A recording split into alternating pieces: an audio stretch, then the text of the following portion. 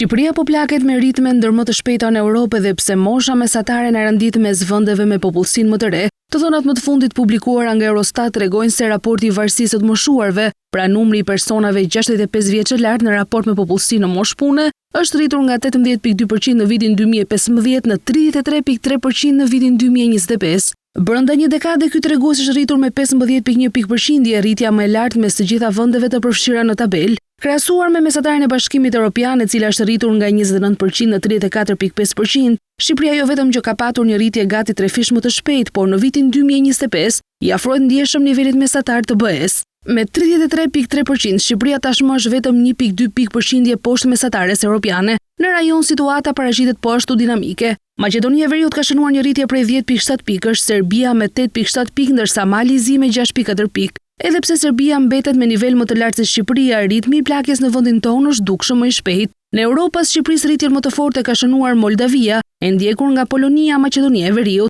Në anën tjetër, vende si Luksemburgu, Suedia apo Austria kanë patur rritje shumë të moderuara. Në vitin 2025, ndërkohë vendet me raportin më të lartë të varësisë të moshuarve janë Italia, Bullgaria, Portugalia dhe Finlanda. Shqipëria me 33.8% ndodhet në një nivel të ndërmjetëm, por me një trajektore shumë më të pjerrët se shumica e vendeve të BE-s. Ky ndryshim i shpejtë tregon një transformim të thellë demografik. Rritja e fortë e raportit varësisë lidhet me emigracionin e lartë të popullsisë në moshë pune dhe rënien e lindshmërisë, siç raportuan pak ditë më parë shifrat e Instat. Praktikisht, për çdo 100 persona në moshë pune në Shqipëri, sot mbajnë mbi 33 të moshuar, ndërsa një dekadë më parë mbanin vetëm 18.